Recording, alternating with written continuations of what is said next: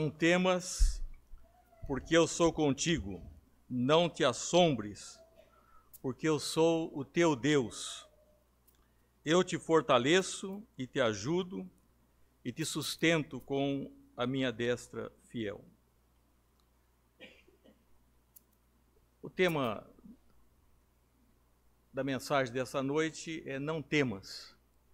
Alguém teve a curiosidade de contar quantas vezes a expressão não temas se encontra na Bíblia?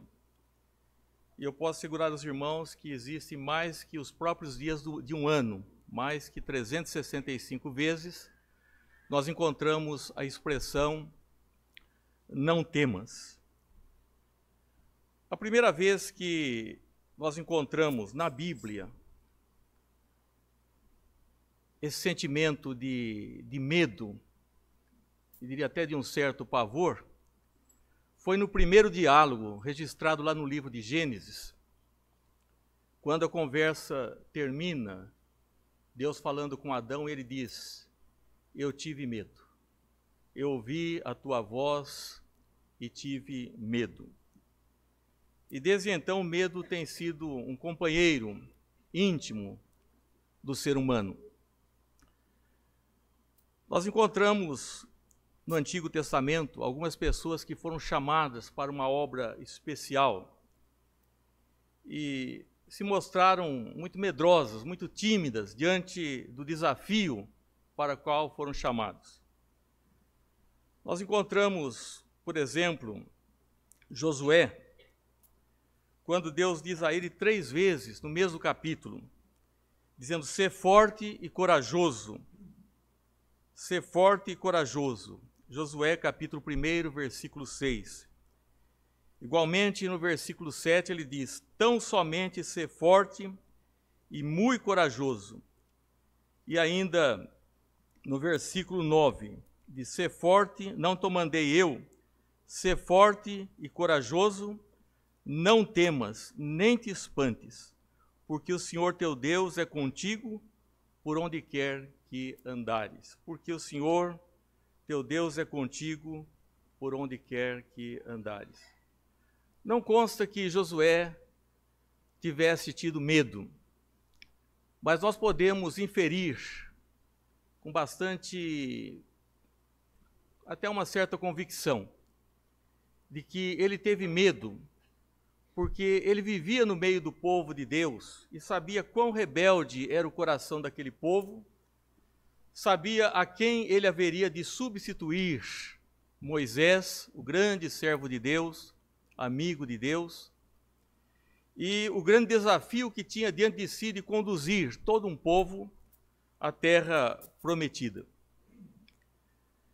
Não somente Josué teve medo, mas encontramos outros personagens também, como no caso do profeta Jeremias, que quando Deus o convocou, lhe disse: ah, Senhor Deus, eis que não sei falar, porque não passo de uma criança.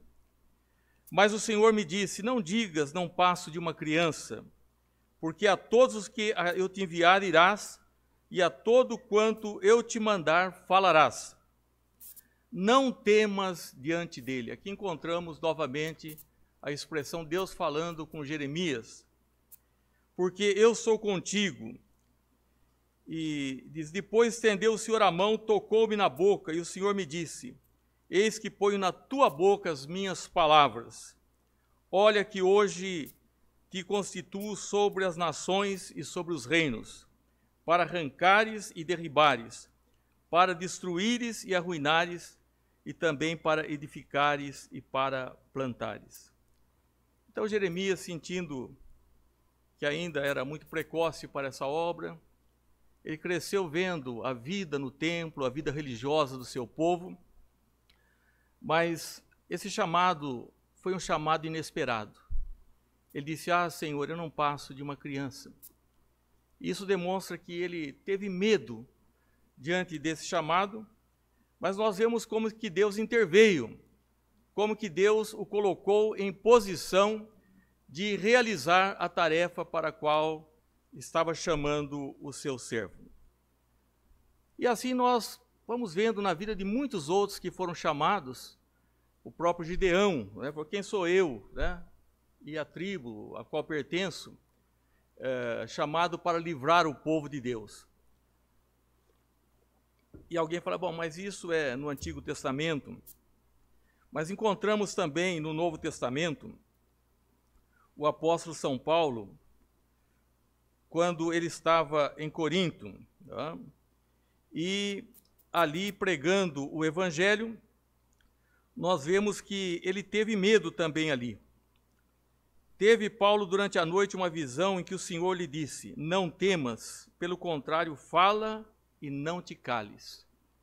Ele estava realizando um trabalho em Corinto, e havia ali alguns que creram, inclusive foram batizados, mas havia também aqueles que blasfemavam contra Paulo. Paulo tinha medo da sua própria integridade física, porque diz assim, opondo-se eles e blasfemando, sacudiu Paulo as vestes e disse, sobre a vossa cabeça o vosso sangue, estou limpo, e desde agora vou para os gentios. Ele estava propondo a deixar os coríntios ir para uma outra região, porque os inimigos, os judaizantes, que causavam grande prejuízo, às vezes eles chegavam antes do apóstolo Paulo, outras vezes estavam presentes e ameaçavam. E nós sabemos que Paulo sofreu realmente açoites, apedrejamento, esteve quase morto, enfrentou vários perigos. E aqui ele sacudiu as suas vestes e falou, eu estou deixando esse lugar. Agora eu estou deixando vocês, judaizantes, e eu estou indo para os gentios, estou indo em direção aos gentios. Mas ele saindo dali, ele entrou na casa de Tício Justo, um homem que era temente a Deus. Sempre houve pessoas tementes a Deus em todos os lugares. E essa casa dele diz que era contígua à sinagoga, era uma casa pegada ao lugar de reunião, né, contígua. E, inclusive, Crispo, o principal da sinagoga, creu no Senhor com toda a sua casa e foi batizado também com toda a sua casa. Então, naquela noite, ele teve essa visão, o apóstolo Paulo, porque embora houvesse os inimigos, embora houvesse os que blasfemavam, embora houvesse aqueles que ofereciam perigos, Deus disse a ele, não temas, porquanto eu estou contigo e ninguém ousará fazer-te mal, pois tenho muito povo nesta cidade. E ali permaneceu 1 ano e 6 meses, ensinando entre eles a palavra de Deus. Então dissipou-se todo temor. Seu coração já não era mais um coração temeroso, porque Deus garantiu, né, que ele estaria ali, que ele pregaria, que continuaria havendo sucesso o seu trabalho. Meus irmãos, os servos de Deus do passado, eles tiveram medo. Eu acredito que ter medo não é pecado. Existem alguns tipos de medo. Eu vou mencionar aqui alguns, e não sei se vocês vão concordar comigo, mas, de modo geral, as pessoas têm medo, às vezes, da pobreza. Têm medo da falta de recursos. E o nosso país passa um momento muito peculiar, quando um dos aspirantes à presidência está preso, outro está num hospital, e nós sabemos que a nossa economia está abalada, todos os setores da vida nacional, que nós teremos um tempo ainda para recuperar todo esse desgaste, esse prejuízo que já tivemos. Então, há pessoas que estão temendo que nós vivamos aí, como a Nicarágua, que depois de 18 anos de problemas, né, está como está no dia de hoje. Mas, na verdade, não só em termos assim maiores, né, em termos de uma nação, mas cada pessoa tem medo de enfrentar a pobreza. Fala, será que eu terei recurso suficiente? Um servo de Deus orou dizendo, Senhor, não me des a riqueza, mas não me des também a pobreza. Hein? Não me des a pobreza. E esse é um medo muito constante que acompanha o ser humano, o perigo, temer de não ter os recursos necessários para uma vida digna. Outro medo que nós podemos enumerar também é o medo da morte. O que vai acontecer após a morte? Aliás, esse tem sido o tema das nossas aulas agora na classe de doutrina. O que vai acontecer nesse estado chamado estado intermediário? Enquanto o corpo repousa na sepultura, o que vai acontecer com a nossa alma? Né? Qual o destino? Nós temos até um hino, qual destino terá tua alma? Temos medo também de perder um ente querido, de alguém perder o esposo, a esposa, perder o cônjuge, e a pessoa dizer, o que será então da minha vida, se realmente eu ficar sozinho, ou mesmo a perda de qualquer dos nossos entes queridos. São coisas muito constantes na natureza humana, esse medo. Mas há também o medo de ficarmos enfermos. E se eu for diagnosticado com câncer, se eu tiver um infarto, como que vai ser a minha vida e aqui para frente, o sofrimento, os recursos, o que vai acontecer? Então, as pessoas temem pela sua rigidez física, pela sua saúde, é um medo também bastante presente. A velhice, que afetará a todos nós, inexoravelmente todos, aqueles que não morrerem na sua juventude ou não morrerem logo, terão que enfrentar a velhice com todas as suas dificuldades, com todas as suas limitações. Então a pessoa pergunta, será que os meus filhos estarão comigo, estarão próximos, ou eles vão me abandonar, ou eles vão me rechaçar? Como será realmente a minha velhice? Será que eu terei os recursos necessários? Eu enfrentarei a solidão? Então são medos que acompanham naturalmente a vida humana. E também o medo de críticas. Ninguém gosta de ser criticado. É claro que estamos falando num sentido mais popular, porque a crítica honesta, ela tem um propósito, ela é até necessária. E então a pessoa diz, mas eu estou sendo criticado, e se eu falhar, se eles não gostam de mim, se eu for demitido? Então uma porção de ser, de muitas imaginações e muitas pressuposições que pode acometer as pessoas devido ao parecer de outros. E nós não podemos viver em função dessas críticas, porque isso vai, na verdade, tornar-nos pessoas enfermas. E talvez muitas enfermidades estão realmente ligadas a esse fato, porque nós nos impressionamos muito com algumas coisas que são realmente, que nós não podemos fugir, que estão presentes na nossa realidade. Se alguém perguntar, olha, será que o pastor tem medo de alguma coisa? Eu tenho medo de algumas coisas. E eu acredito que os irmãos também tenham medo. Tinha bastante medo de algumas coisas. Por exemplo, será que no domingo eu estarei já com o sermão pronto? E eu pregava muitas vezes, às vezes quase todos os dias da semana, em alguns tipos de trabalho, no litoral, no trabalho missionário, e porque as pessoas sempre esperam ouvir uma exposição. Tinha medo de contrariar as pessoas, porque nós sabemos que as pessoas são muito sensíveis, às vezes muito impositivas, e é um medo também, às vezes até absurdo, porque nós não podemos agradar a todas as pessoas nesse mundo. Por mais que queiramos, por mais que nós nos esforcemos. E daí surgem também doenças funcionais e que afetam a nossa qualidade de vida. Então, esses homens do passado não tinham medo, porque tinham grandes tarefas pela frente. Agora, nós temos tido medo de outra natureza, como eu disse, o medo de falta de recursos, medo da morte, medo de perder um ente querido, medo de doença, medo da velhice e medo de críticas que estão sempre presentes. Aliás, se nós formos dividir o medo, nós temos medo de duas coisas. Temos medo da vida e medo da morte. O medo está sempre presente. Embora acredito que há um tipo de medo que seja pecaminoso, nós devemos diferenciar um pouco essa questão do medo. Porque há um medo que Deus dotou a todo ser humano.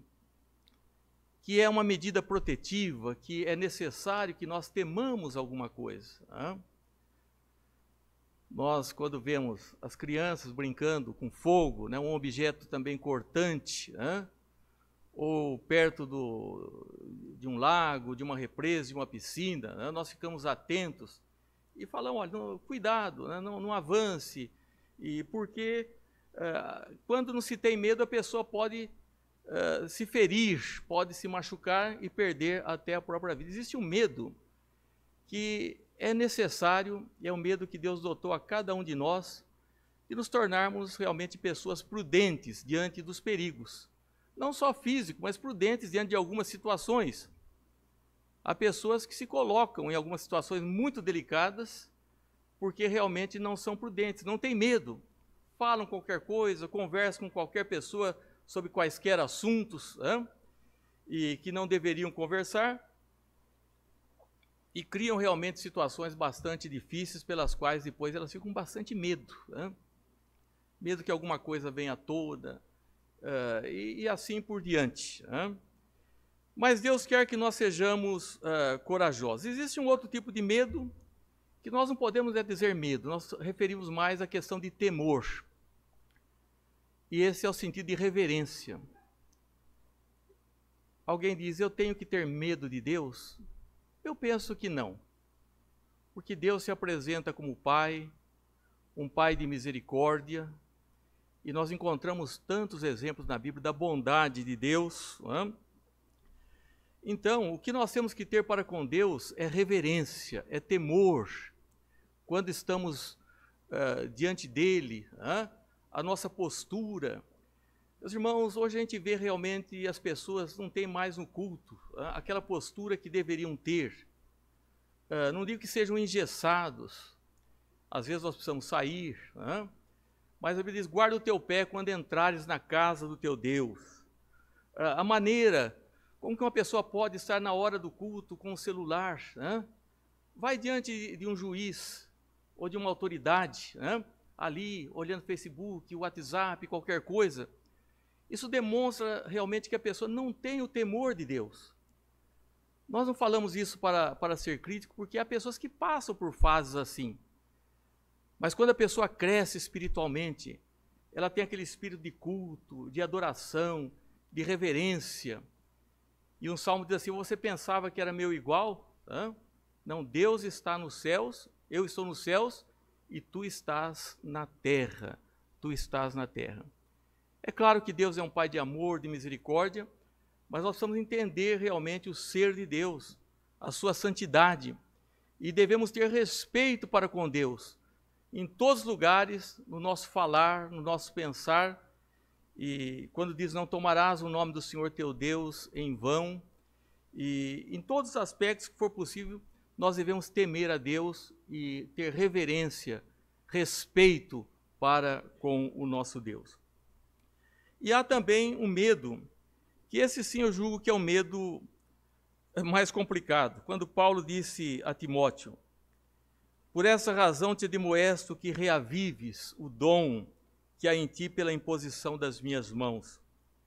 Porque Deus não nos tem dado espírito de covardia, mas de poder, de amor e de moderação.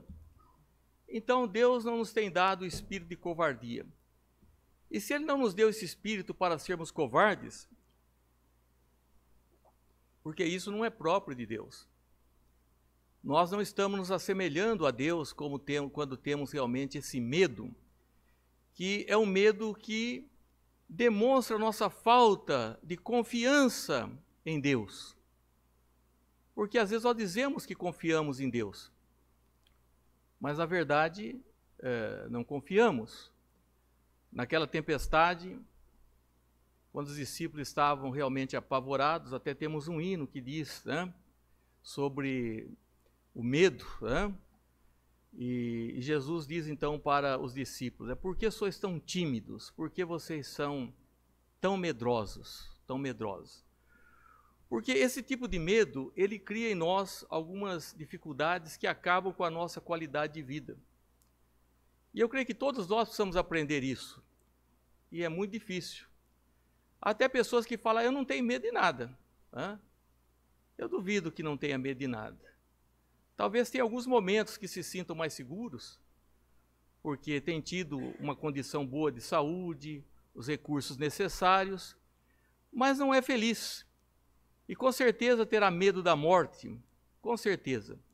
Porque a morte para o não crente é uma das coisas mais pavorosas que possa existir.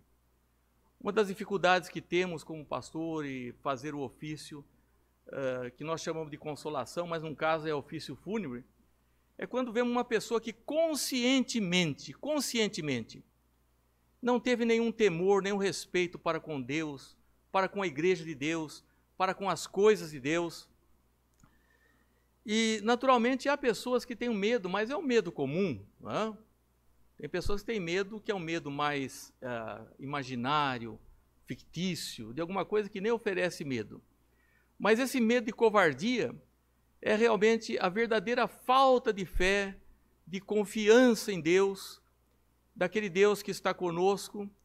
E ele disse, é Ele que acalma as tempestades, é Ele realmente que nos ajuda, e o crente tem essa confiança, como todos nós gostamos do Salmo 46, que diz, Deus é o nosso refúgio e fortaleza, socorro bem presente nas tribulações.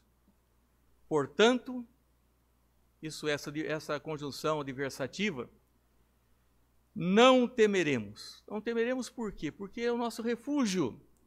Ele é a nossa fortaleza e um socorro bem presente. Às vezes o socorro chega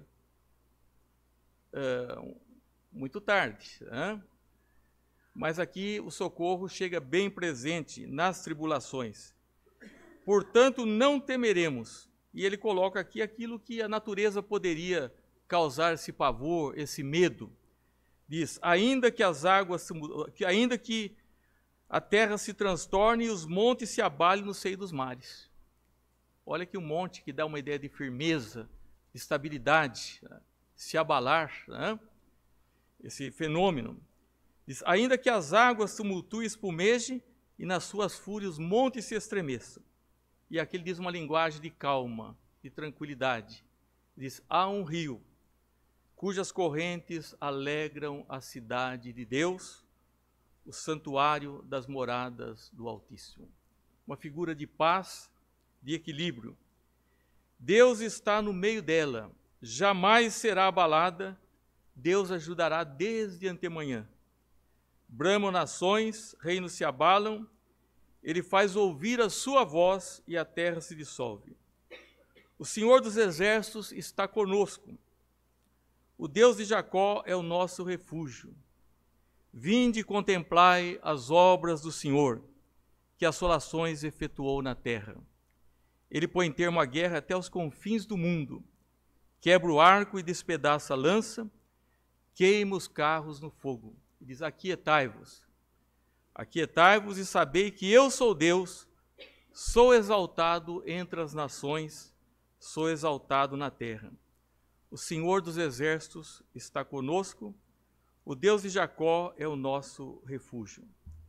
Se nós gastássemos mais tempo para que esses textos das Escrituras estivessem na nossa mente, no nosso coração, na nossa vida, quem sabe nós iríamos como outros salmos que dizem, em paz me deito e logo pego no sono, porque só tu me fazes repousar em segurança.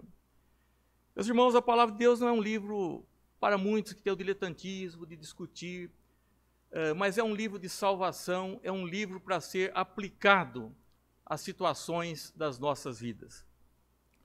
Então, não se estranhe as pessoas que têm esse medo fictício, esse medo às vezes irreal, Talvez são experiências da infância, que os pais imprimiram nos filhos, mas tem medos que são reais, tem medos que são realmente nesse sentido de um respeito, diante da grandeza de Deus, de reverência para com Deus. Nem chamo isso de medo, eu acho que um temor, no sentido de reverência, mas o medo que devemos evitar é o medo da covardia, que é a timidez, a falta da confiança em Deus, e nós somos homens tímidos, infelizmente, quanto ao nosso futuro.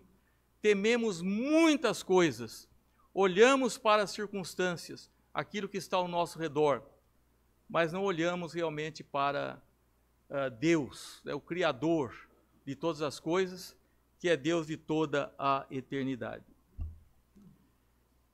Meus irmãos, como dissemos, esse medo e covardia, ele faz realmente que nós fiquemos enfermos. Não há nenhum remédio, nenhuma doença que não possa ser curada quando estamos alegres e quando estamos felizes. Mas talvez porque estejamos buscando essa felicidade e essa alegria em fontes em rotas que não podem realmente suprir, é que nós não temos essa alegria. Diz: o coração alegre é bom remédio, é um bom remédio. Hoje nós olhamos as pessoas, parece que existe um medo generalizado, um medo generalizado. Diz: mas o espírito abatido faz secar os ossos, faz secar os ossos. Essa expressão de ossos é do nosso íntimo, do nosso ser. Como o salmista diz: enquanto calei os meus pecados, envelheceram os meus ossos, pelos meus constantes gemidos todo dia. E aqui ele diz: um coração alegre é um excelente remédio. O salmista também, ele ora no sentido dizendo assim: alegra-nos por quantos dias nos afligiste. Lembrando do sofrimento do povo de Deus e a necessidade dessa alegria, que vem, e eu creio, de uma confiança em Deus. Porque se nós formos covardes, tivermos esse espírito de covardia, que não é o espírito de Deus. Diz: Deus não nos deu, Paulo falando a Timóteo, 1 Timóteo, 2 Timóteo 1,7, Deus não nos deu espírito de covardia. Então, se nós vencermos esse medo, nós poderemos ter realmente condições melhores de vida, de saúde, nos dias que Deus nos concede. Porque não somente o medo ele enferma, mas ele reprime. A pessoa fica com medo, fica reprimida.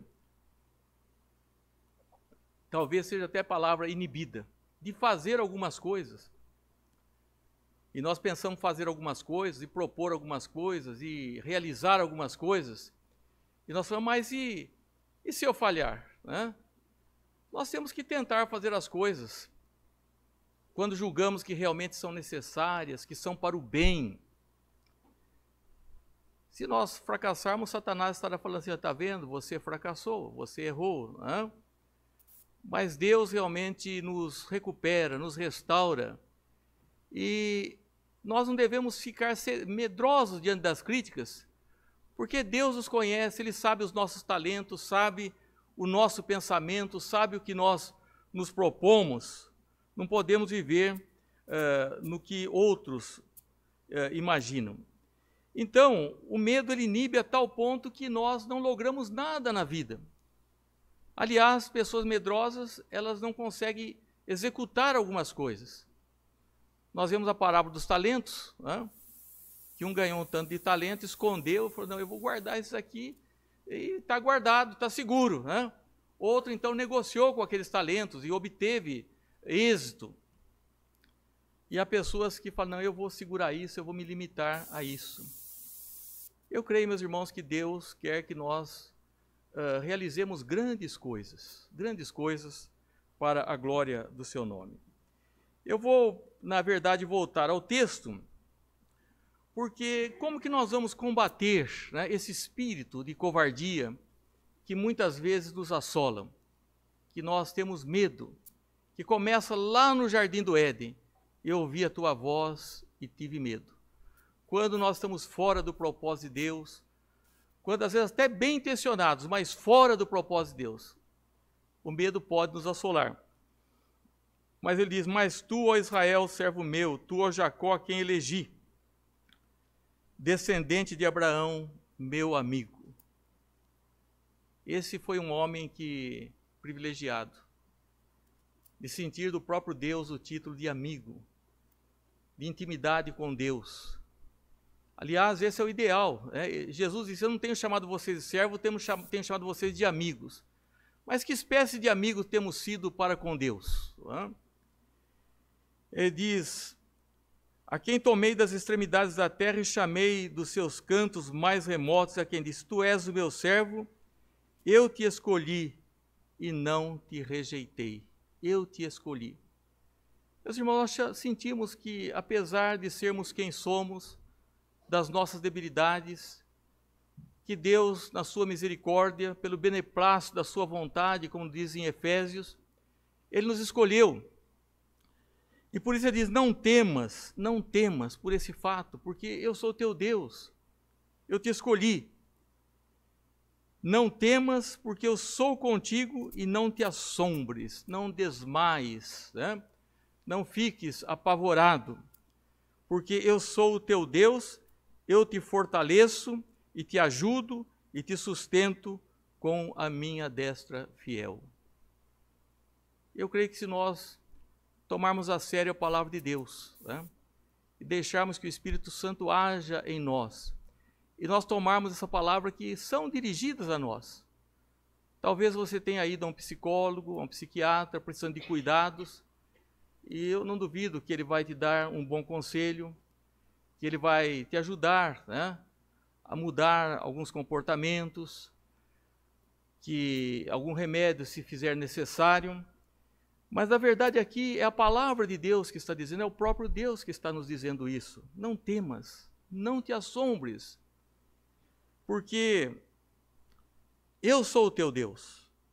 Mas é nós que perdemos essa dimensão, que não temos a devida reverência para com Deus, que conscientemente vamos nos afastando de Deus e não queremos crescer na comunhão com Deus e não nos colocamos numa situação para que quando surgir o dia mau, estejamos preparados.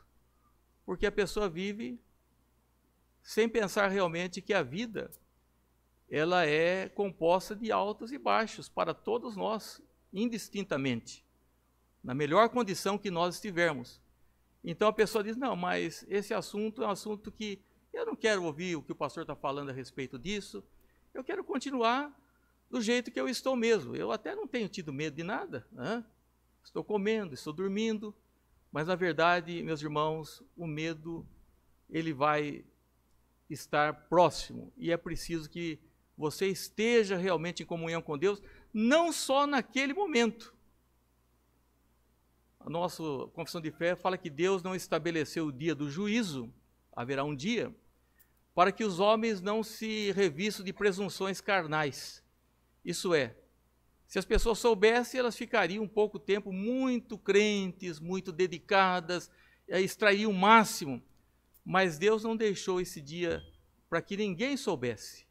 Os que tentaram, esses grupos religiosos aí, seitas, né, que previram as datas da volta de Cristo, todos eles falharam, porque, na verdade, não se pode clavar o dia, é tal dia. Nós não sabemos de maneira nenhuma. Será algo de surpresa.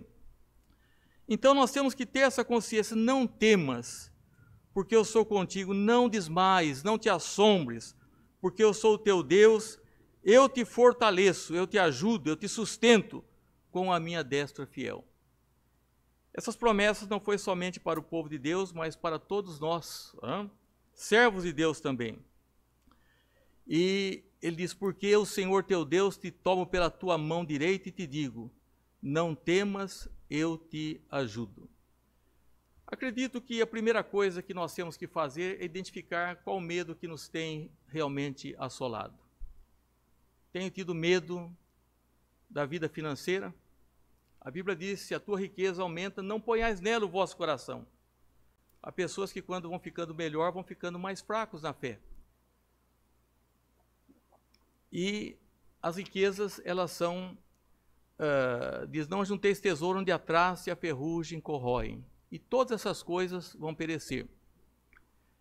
E Deus tem prometido, diz, que Ele nos dará: eu não te deixarei, nem te desampararei, diz o Senhor.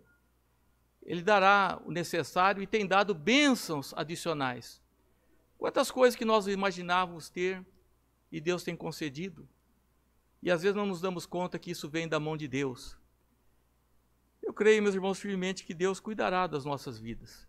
Então, esse medo que é presente, nós devemos lutar contra ele. O medo de pobreza.